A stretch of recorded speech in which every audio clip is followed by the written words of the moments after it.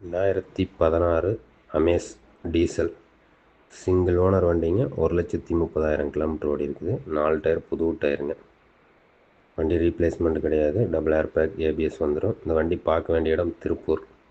இந்த வண்டிக்கு ரேட் பார்த்தீங்கன்னா 4,90,000 கேட்குறாங்க. விலை அனுசரித்து கிடைக்கும்.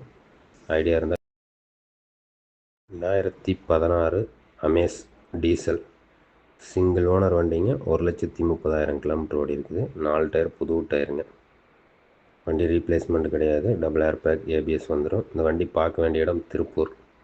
இந்த வண்டிக்கு ரேட் பார்த்தீங்கன்னா 4,90,000 கேட்குறாங்க. விலை அனுசரித்து கிடைக்கும். ஐடியா இருந்தால்